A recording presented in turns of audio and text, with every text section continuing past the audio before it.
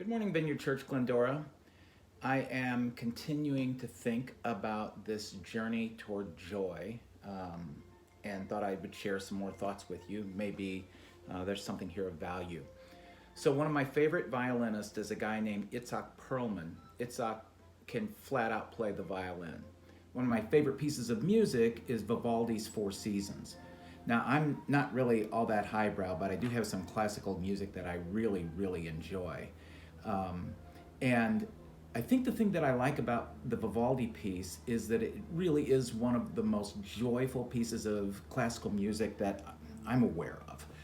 In fact, I've got it playing in the background. Maybe I'll turn it up here a little bit. Maybe you'll hear a little piece of it.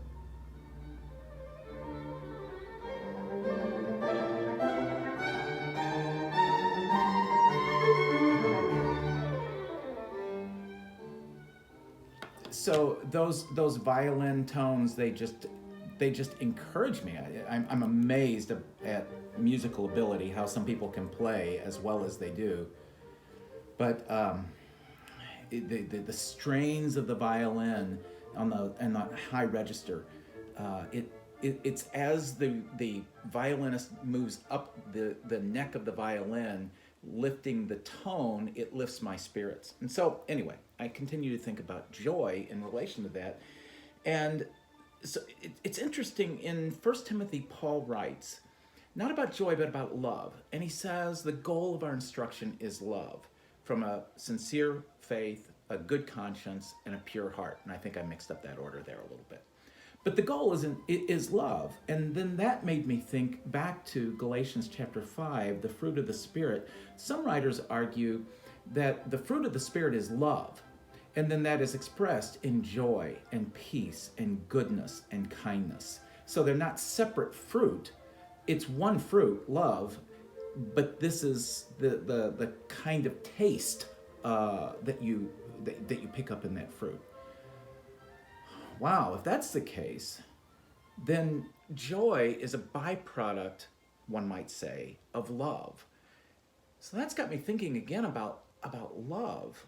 Jesus says that, you can't find greater love than someone who's willing to give up his or her life for his friends. And then it's interesting that right after he says that in John 14, he then says, you guys keep my commandment, you do the same thing, which makes me think that it's not just a kind of passive love that we're to express, but it's the kind of love that truly gives of our whole lives.